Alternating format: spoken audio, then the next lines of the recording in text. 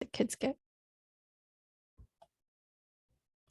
All right. Good morning, everybody. Thank you for being here. And today we're going to learn about a career as a K-12 educator or a teacher, basically. And we have Olivia Flores to tell us about that. But before we go ahead, let's do your check-in. As you know, that's how your teacher know that you are here in this event. And if you have some questions, this is a great question document that you can reference to, and you can put your questions in the chat or raise your hand. And also you can turn on your camera. You're not going to be shown up in the recording. And the most important thing is to do the evaluation form. This is how we give you credit, and that's how you get you'll be able to graduate. And be fully present, pay attention. This is a good time to talk about this career path, because we have Olivia will guide us and help us what is the best subjects to learn now. And again, this is the most important thing: submit your evaluation. This is your attendance, and this is how we give you credit. And that is up for me.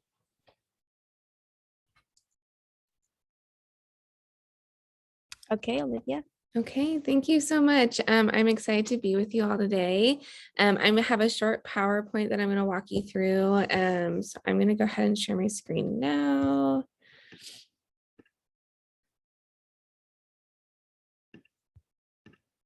Okay.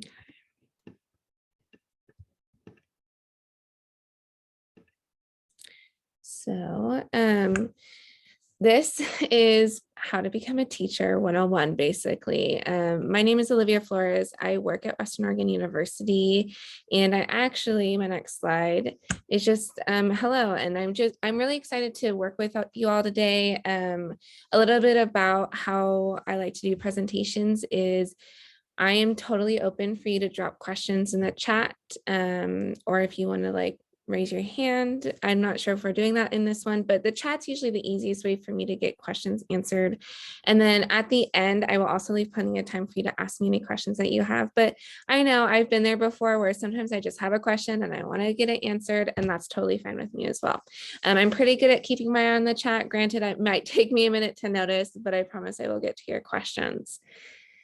So a little bit about me. I work at Western Oregon University, which is located in Monmouth, Oregon, which is probably south ish from you, wherever you are at, probably southwest. And I am actually an academic advisor for education students. And that really, what that means is I'm probably pretty similar to like what your high school counselors do for you, where you talk with them about classes that you need to take, and maybe even dive a little bit into career stuff. It kind of depends on your high school. But I meet with all my students one-on-one and just really figure out like what their next steps are while they're in college. Along with that, I actually went to Western myself and I got a degree in education. And so I have a teaching license with a focus in elementary education. And I spent some time teaching before I came back and got this job as an academic advisor. I student taught in second grade for a while, and then I also taught in fifth grade, both of which I learned a lot about. And I'm hoping I can share a little bit about what I learned in my upcoming slides. I know this isn't a career presentation on how to become an academic advisor, but the two actually have pretty similar roles. And I would say my favorite part about being an academic advisor is when my students come back and tell me that they've gotten their first teaching job. That is always a really exciting time. And actually that time is usually right about now. Schools start hiring usually sometime in March-ish through the summer. And so that is like my favorite thing is to see everything that they've worked so hard to do and they finally get that first job. So big question is, how do you actually become a teacher? When I started thinking about becoming a teacher, I wasn't quite sure like what steps to take, because there's kind of two components to it. So first off is you have to have a bachelor's degree. And you can take multiple routes to get there. So you can start at a community college and then transfer over to a four-year college and finish up, or you can just start at a four-year college as well. Western Oregon University is a four-year college, but we have a really great transfer program where we work with community colleges all over the state. So that way you spend 2 years there, you're still getting talked to by an advisor at WU. So that way when you're ready to transfer over, you have every class that you need to be successful.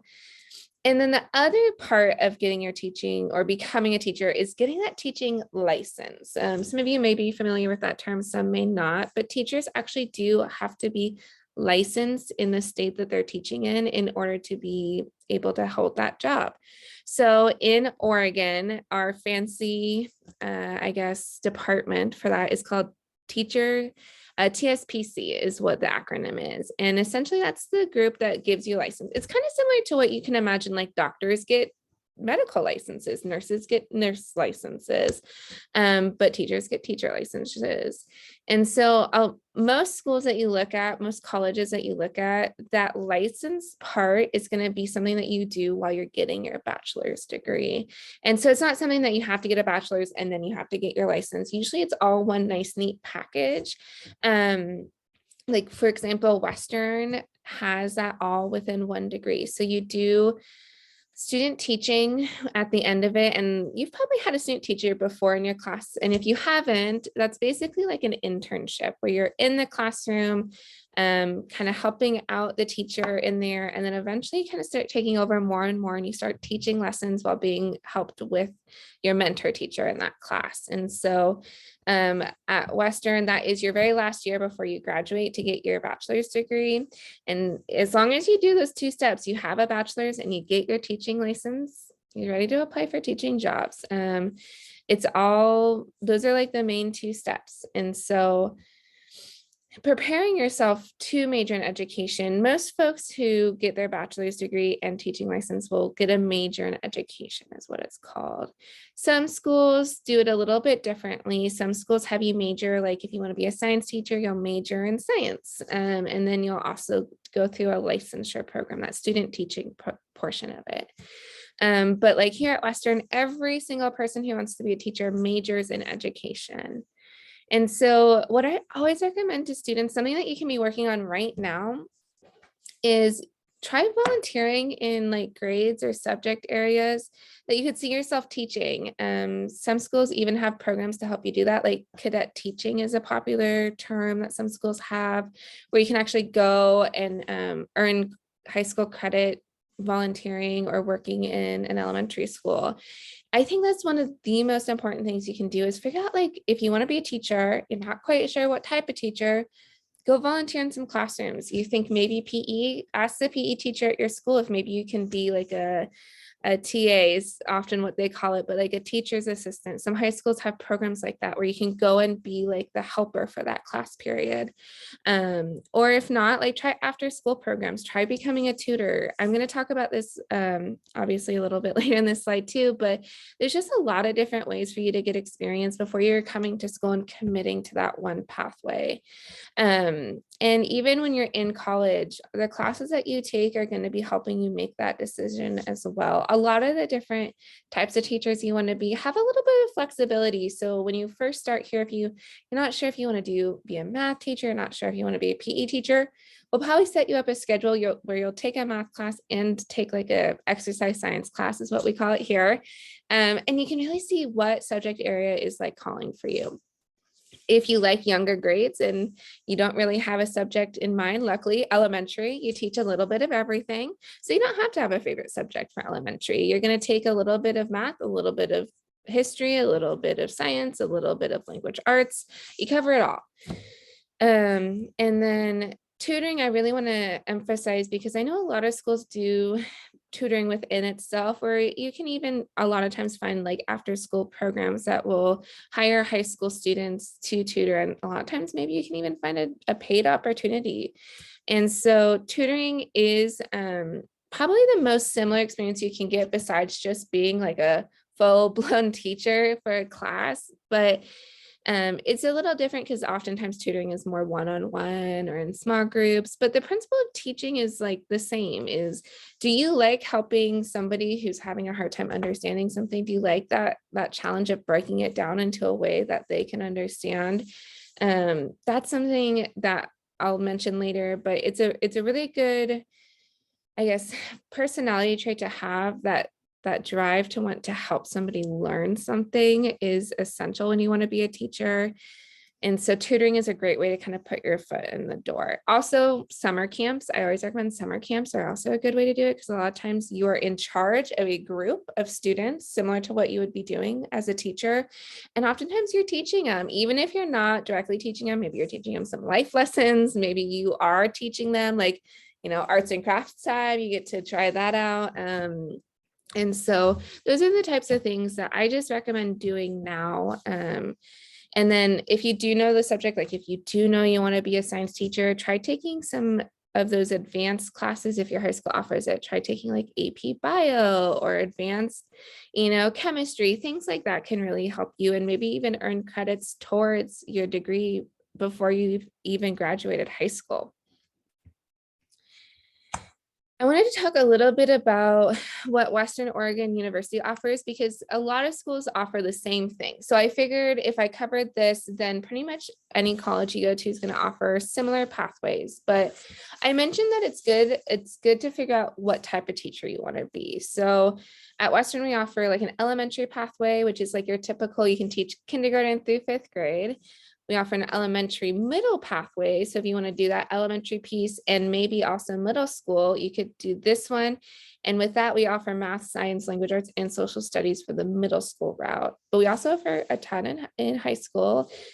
We offer the sciences, math, language arts, social studies, health, Spanish, and theater. And a couple K-12 too, which is PE and music. And then coming soon, we're also going to offer special education and art education. So we offer tons of different pathways, which is really nice for folks who, might really be interested in becoming an art teacher, and, or maybe they really like art, but they're not sure they want to, just get an art degree. You can always get an art education degree as well, where you're going to be taking a ton of art classes, but also education classes as well. Within this, you can also think about adding on different minors. So just because you are doing this as your major, that doesn't mean that you can't minor in other things that you're passionate about. Like I have people who minor in a foreign language or American Sign Language or business, or even if they're not a music teacher, they minor in music, things like that. Minors are just little, they're about 7-ish classes typically that you can add on to your degree just to get you that much more qualified. And the other thing I always like to say too is just because you pick, let's say you picked elementary for your bachelor's degree, that doesn't mean you have to only ever be an elementary teacher. Once you graduate and you have your teaching license, you can actually add on other endorsements, is what we call it, which is just like the fancy term for additional certifications. So you can be an elementary teacher, and then once you graduate, you can actually add on like high school health. And then if you want to later on, you can actually switch back and forth. If you want to try elementary for a couple of years, try out health for a couple of years, you can do that. I would say most teachers have more than one endorsement on their teaching license. It's uncommon for someone to just have one their whole career. You probably have high school teachers who teach maybe social studies and language arts. That's a popular combo, and same with science and math. So don't feel like once you pick it, you're going to be stuck there for the rest of your career. There are options to add on other things later down the road. Now, this is diving into some of the stories that I wanted to share with you today about what does it mean to be a good teacher. So I talked about this already, but helping people learn, or helping just in general, is one of like the most foundational things that somebody who wants to be a teacher can have as an attribute. So for example, like when I was in high school, I did do we had a child development center on our campus, and I was able to take a class where I worked with the students in that preschool. And I actually didn't even know I wanted to be a teacher until I was like a junior in high school. And it was actually because of that class and the work I got to do with those preschoolers made me learn that I really liked helping those students learn things. I liked helping them, learn their letters and start being able to write their names. Those are things that I found to be very positive for myself. I felt happy after I left. So those kind of things are essential to really know if you want to be a teacher. And with that too, like being passionate about what you are teaching is also half of the battle too, right? Like you don't want to be a language arts teacher if your least favorite thing to do in the world is write. See, I don't, I want to say I don't like to write. I'm not a very good writer. And I also don't even really like saying that anymore. Writing just takes a lot of practice for me, a lot of editing. And so like I knew that I probably want to be a language arts teacher because that just wasn't something that I was super confident in. And so it's also important to just reflect on what not only like what could you see yourself doing, but what do you like to do? You don't want to have to go to work every day and teach, chemistry when you don't even like doing math equations, because a lot of chemistry is math. So it's important to really be passionate about what you do want to teach. And that's kind of why I picked elementary, because I like teaching a little bit of everything. So that was really what the pathway for me was. Another thing that I didn't even really think about when I took the steps to become a teacher is how much you actually do work with other people. So teachers work with others in group settings quite often, whether that's like the actual students that you teach, but you also work with your fellow teachers and staff in the school all the time. Like every morning, practically, you're meeting with your teachers in a team setting, and most schools you'll find they actually plan together. So teachers who are teaching like the same class in the same grade will actually plan out lessons together. So that way a student in like Miss A's class is also learning the same things in, Miss B's class, let's say. And so you do have to like that collaboration part of it. And then you do a lot of one-on-ones with students as well. So making those connections. And then also you work a lot with families. You have to be, which leads me to the last thing on here, is you have to learn how to be empathetic and patient, because you are working a lot with like students and families. And as you all know, there's more than just school going on in a student's life at any given time. So you definitely want to be willing to work with students and families and administration to make sure that your students succeeding in all areas of their life and not just school. And so it's really important for you to have those characteristics, I would say. And those are things, as you go through your college career, you take classes on things that help you build. So I'm not expecting anybody to be 100% proficient in any of these qualifications. I know I wasn't. It's something that you learn as you go, and that volunteering piece is going to be huge as well for developing these skills. And so I actually connected it back to the Oregon employability skills, which was something that was shared with me that, in your districts, you're really working on these career types of skills. And so I highlighted some that I thought were essential for teachers. I looked at all of them and I thought, wow, how can I narrow this down? I feel like every single one of these is applicable, but the ones that I thought were most important were adaptability. As you can imagine, being a teacher, especially an elementary teacher, but also middle school and high school, each day is brand new and different. There's going to be a new trend. I remember when I was teaching, there was always Fortnite was really big. So the video game Fortnite was really big when I was teaching. And I remember my students would do the Fortnite dances just all over the place, in the hallway, in the classroom. And so you have to be adaptable. You have to be willing to like see students where they're at, see what's trending. And of course, don't make it a distraction, but also like I turned some of those things into lessons, because I wanted them to be engaged and excited to learn. And so I was able to learn I know more about Fortnite than I ever thought I would ever know. But it really did engage my students. And so just like being adaptable, not just teaching them, 2 + 2 = 4. I mean, obviously that's an essential skill, but like make it connect back to themselves. And in addition to that, like collaboration. So I mentioned this earlier, but it really is important for students to have like a team of people behind them for their success. So like in a high school setting, that might be between, a student might be doing athletics. So it might be between the coach and the teacher and the school counselor and things like that. There's a team of people behind you. So being able to collaborate and willing to talk with other people involved in that student's life is really important for their success. And that kind of ties into communication too, just like being willing to have an open conversation with students and their families is important as well.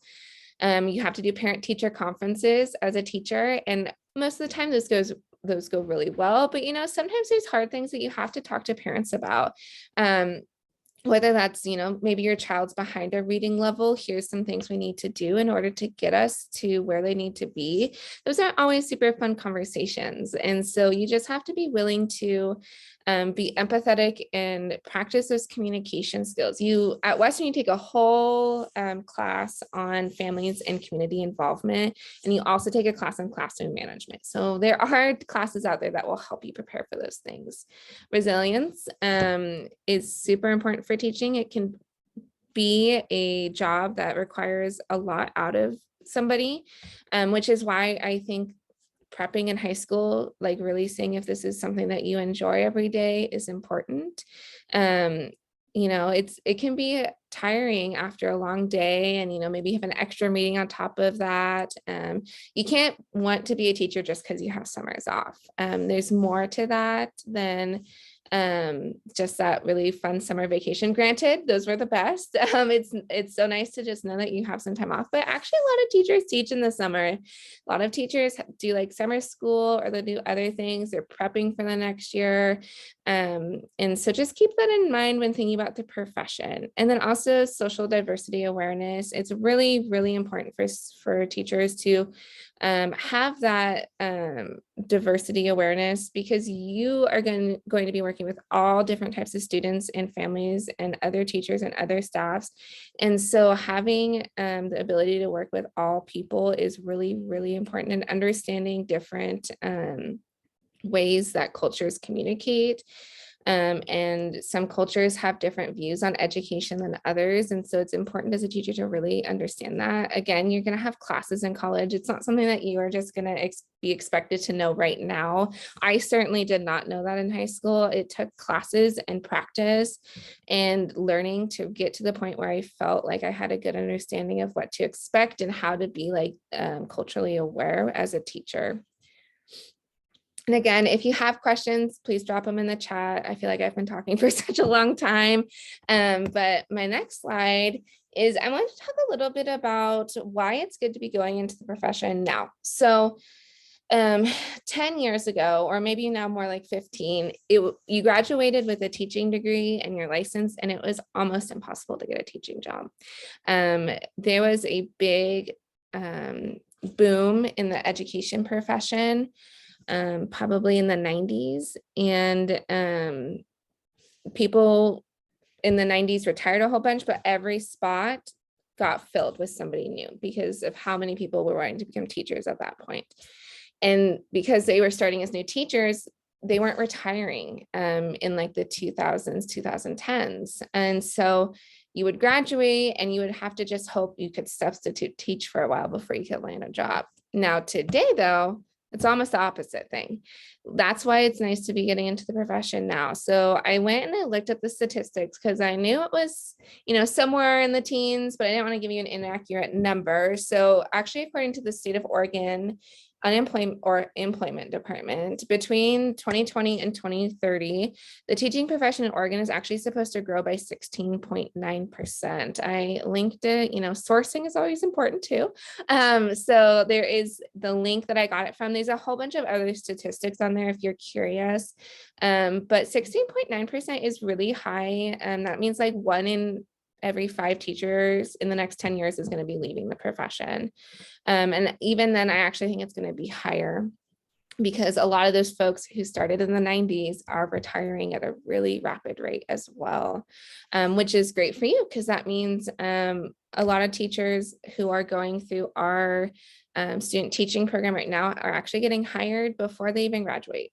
And they sometimes are getting hired to student teach while also getting their own classrooms. So they are able to kind of work and finish their college degree. Granted, you are so busy if you do that, and it's a bigger conversation that we don't need to talk about now, but it gives you a lot of hope that you can graduate and just get that job pretty securely. Because as you probably have figured, getting a degree in education is a pretty straightforward career path, right? Like once you get your degree in education, most of the time you want to become a teacher. But, there's people who don't. Like, I mean, I was a teacher, but here I am now. I'm not teaching right now. And so there are other pathways. But if your goal is to just become a teacher, you can get hired pretty much before you graduate. And then let's see. So I just wanted to hit on a couple of like the main points that I think are really important to think about when deciding if this is the right career path for you. So tying back to what I talked about at the very beginning, getting that experience working with students is probably one of the most important things you can do. I list off a couple of different things. I know it can be a little bit harder if you're in high school and you want to teach high school, but there's a lot of different like opportunities, whether you can be a teacher aide or tutoring within the school, things like that. Are always ways you can get connected. But also in addition to that, once you really start thinking about, okay, so I know I want to become a teacher and I'm interested in these 4 colleges, let's say, it's important to reach out to those schools and start to talk to the advisors at them to see what, maybe what AP or college credits you can take at your high school that are going to transfer over. Seeing what you can do to get ahead in that major, just like getting connected is really nice. I am actually the freshman advisor for education students. And so you can always reach out to me. I'm happy to kind of walk you through the nitty gritties of it. But other than that, I would say, oops, I went backwards. Other than that, I wanted to leave plenty of times for questions, or if people want me to give more information about anything specific, I'm happy to do that. I also linked our website on there that talks a little bit more about just like, more details about becoming a teacher at WU and what it means. And you can always click on that for more. It's just wu.edu/teacher ed. But I think I got a question. So I got a good question, and it is, what are the compensation benefits of being a teacher? So right now, teaching is, you can see it in the headlines. There's some states that pay teachers better and there's some that don't. Teaching isn't well known for being the best paid profession, but I do think in the past couple years, there have been, moves towards being a better starting salary. So typically I would say the average starting salary in Oregon is going to be somewhere in like the 45,000 for just like your base salary. And then of course, the nice thing about teaching is you are a state employee, so you get state benefits as well, which includes like a retirement, which is something that you as high school students probably don't have much thought about, but having a good retirement can really make a difference in what type of job you're deciding.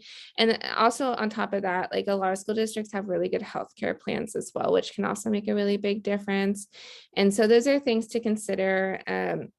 As a teacher, you actually do get vacation and time off and things like that. But typically it's a little bit smaller than what you might see at another job because they expect you to take more of your vacations during like the breaks that schools are off. So winter break, spring break, summer break. But just because those are the breaks you have doesn't mean that that's the only time you can ever take vacation. You can do it other times. Another question, let's see. Why did I decide to become an academic advisor? So it's a little bit of a complicated story, but basically, and it actually has to do with my partner, my husband. He started a doctorate program for physical therapy, and as a new teacher, you do sometimes put in extra hours besides what you are obligated to do. And I'm one of those people. I'm a high achiever. I like to leave my day with everything in place for the next morning because I'm not a morning person. And so having everything done in the evenings before I left was like successful to me. But once my husband decided to do this program, I decided to find a job that was a little bit more 9 to 5. And I had been reached out to by my professors who had worked here, and they had told me about this job opening. And so I decided that this sounded like something I'd be really passionate about. I loved my program here. I liked the idea of helping future teachers navigate the process. And so that's how I wound up as an academic advisor. Part of me, Like I always think like, oh, I miss the classroom so much. And I actually still have my license. And so I have subbed a little bit on certain days just to kind of get myself back into the classroom. But it really didn't have anything to do with the profession itself and more just about my life in the moment. My husband's actually finishing up school right now. So I've considered going back into teaching actually. I'm not sure right now, but that's the nice thing about teaching is there's always going to be jobs. And so you can take some time off and come back and just try out different things. I got another question. What is your typical day in your work life like? I'll kind of talk about it from a teaching perspective, unless someone really wants to know the academic advisor perspective, then I'm also happy to share that too. But as a teacher, what was typical for me is typically teachers are required to be on contract hours is what it's called, which is more than just what your school day is usually like. And so at my school, our school actually didn't start till 9. Our elementary school didn't start till 9, which was pretty late for an elementary school. So our contract hours were 8 to 4. So I was there at 8 in the morning, and usually the first hour was planning. So that was when I got my lessons together. It's when I would talk to other teachers about things. So that hour is really important for me to be there. It also has just allowed me to get everything sorted before the students got in. And then by 9, my students were rolling in and we usually dove into our lessons. I liked having morning meetings. I thought those were nice in elementary. And then from there, we just usually had a set schedule. And so on like a Monday, we might start with our language arts block for an hour, then we move into math for an hour, then we go to lunch, and then maybe we have PE after lunch, then we come back and do our social studies, and then maybe we have like a science lesson, and then our day would be done. The days, I swear as a teacher, my days went by so much faster than I could ever like get everything in for. But your day is broken up with different times students are in and out of your classroom, whether they are at their specials, which is like PE, music, they're at lunch. At my school, I didn't have lunch duty, which I really looked for when I was a teacher. I didn't want to have to take my lunch being the recess guards, but some schools do that. It's a thing to consider when you're applying for jobs is when do teachers get the breaks? And you're guaranteed a lunch as a teacher always, but you're not always guaranteed to not have to work the recess duty. So that's just something to consider. High school teachers, it's going to be pretty similar in the sense of you come during your contract hours, but the main difference between between elementary and middle and high school is that you have class periods. And so I only ever worked with, my 28 students. And obviously I saw other students, but my 28 students were my students for the day. Whereas in middle and high school, you can have like 120 students because you have, 5, 6, 7 class periods each year, and you might have them for about 50 minutes each like period.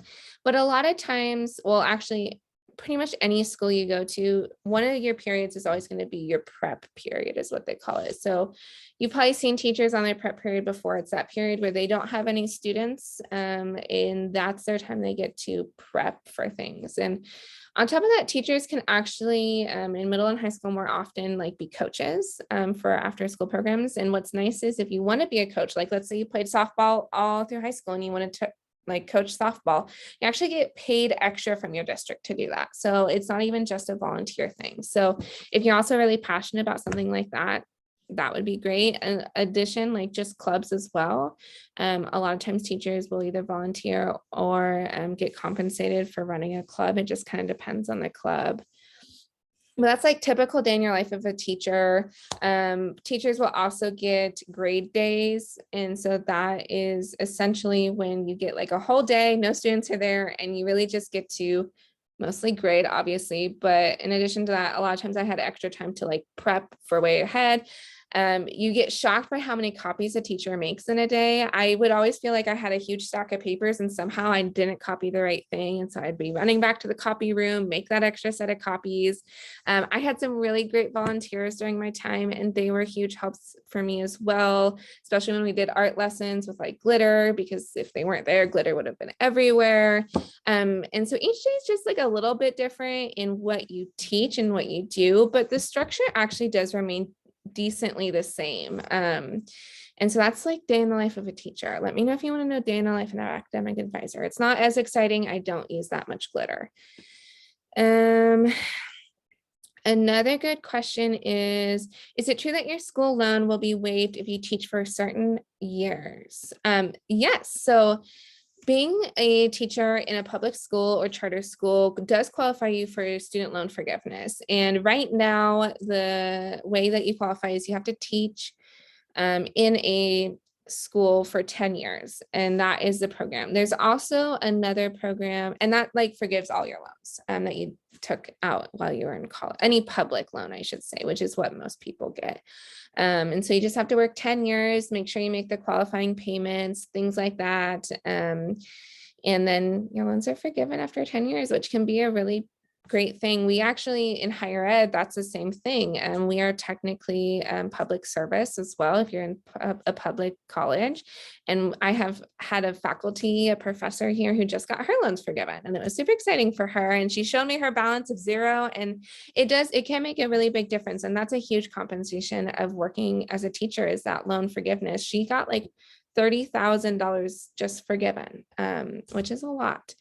And in addition to that, there's also something called the Teach Grant, which is getting a little bit more specific into financial aid. But the Teach Grant is a renewable grant. If you don't know, a grant is similar to a scholarship, but it's a little bit different. Grants are more need-based instead of like merit-based like a scholarship. And Teach Grant will turn actually into a loan if you don't teach in a certain type of school. So the Teach Grant is like $3,000 a year towards your schooling. And at the end, you have to get a job within a certain type of school district or a certain school. And it's usually low income. And then after you do that, as long as you work there, I think it's for 3 years, you will basically not have them turn into a loan. If you don't work in a school like that, your grant basically just turns into a loan and you have to pay it back. But it's not like you get penalized beyond just having to pay it back. Okay. My next question is, can you become a teacher later in life? Let's say you already have a bachelor's degree, biology degree from years before. Can you get a teaching license years later? You sure can. So, oops, made the chat really big. So I actually also work with our graduate students. So a graduate program is a master's degree. And if you're not familiar with that, after you graduate college or high school, you always go and pursue like a bachelor's degree if you want your first 4-year degree. And then if you want to keep going, you can get a master's degree. Teachers aren't required to get master's degrees right now, but a lot of times my people who are changing careers, like they have a degree in biology and they want to get a master's degree now, they can come get a master's of arts in teaching and get their teaching license through a master's instead of through another bachelor's.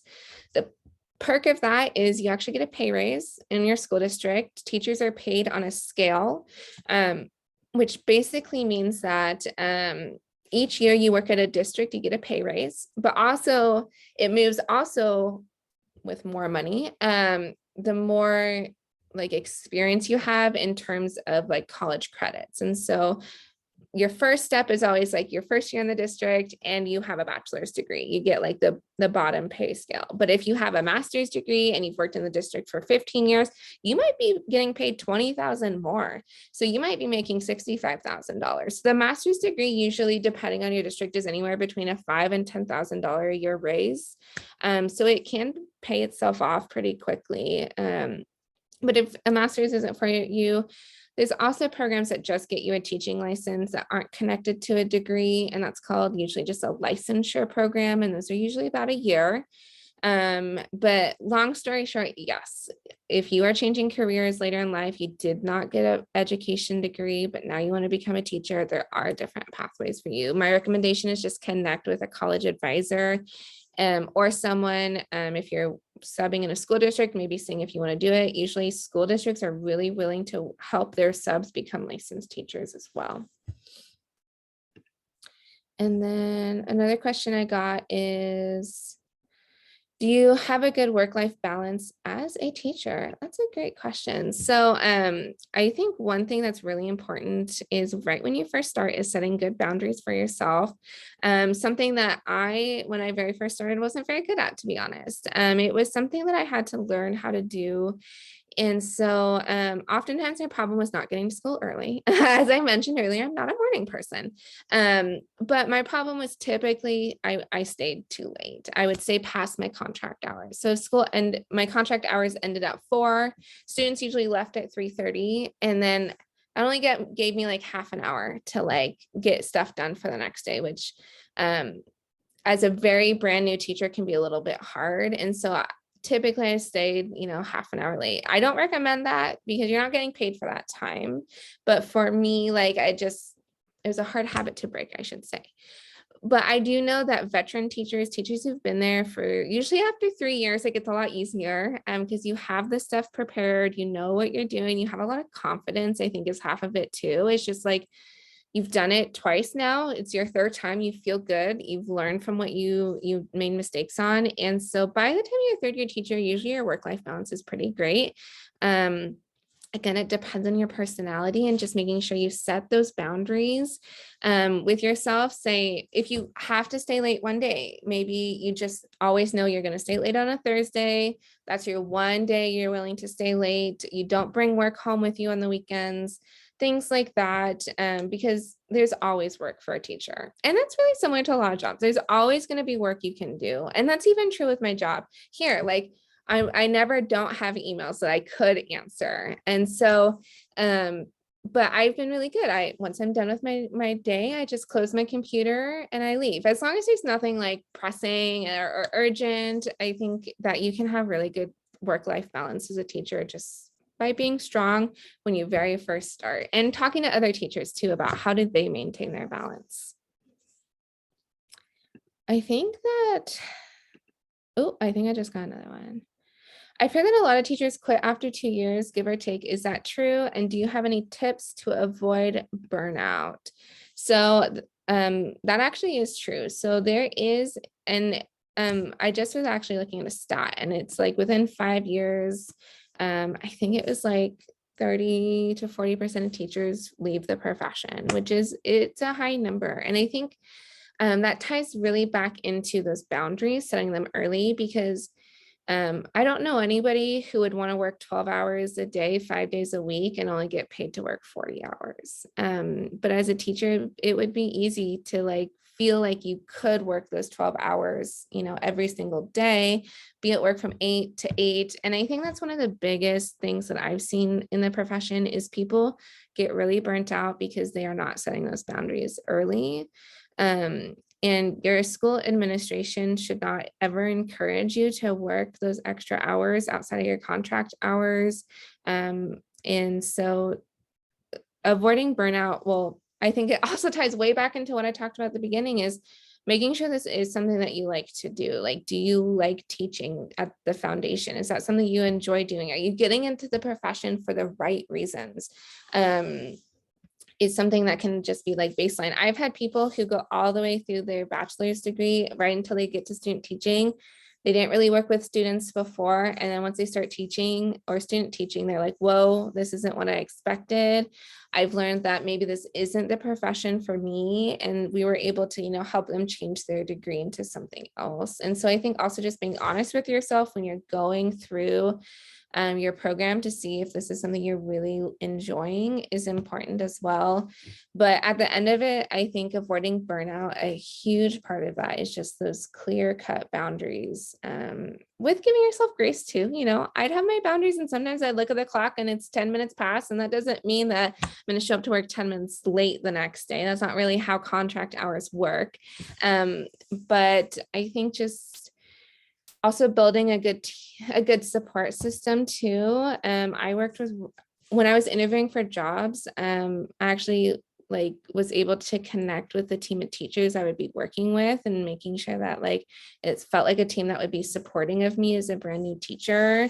I think that's really important, is finding a school that you also click with, finding teachers and administration that you feel like will be on your side and support you when you need that extra support, and then not being afraid to take a day. As a teacher, it can be really hard to take a day off because preparing substitute plans is actually a lot of work. And so I always had backup sub plans that I just had in a bin. And anytime that I needed a day, like whether I was sick or I just needed a mental health day, there's nothing wrong in taking one of those, giving myself the grace to do that, and knowing I had just like a whole bucket full of sub plans, and that I could leave the instructions for that, and that the teachers that I worked with would be willing to help get that set up for me in the morning. I think that's huge too. You don't want to just go, and then ignore all the signs of burnout until it's too late and you just can't imagine going to work the next day. And so that was really long, but long story short, I do think that there are ways to avoid burnout. I think part of teaching is people are really passionate about their job and they don't want to sacrifice student learning. And so just knowing that you are just one person, you can only do so much, and no matter what you do, you are helping your students learn. And so whether you stay no extra hours or 4 extra hours the next day, your students are still going to show up and you're going to teach them. Whether everything is color coded and alphabetized, that doesn't necessarily always matter. What matters is that you get your content through to your students. Sorry, that was super long. Anything else? I don't think I've gotten anything else.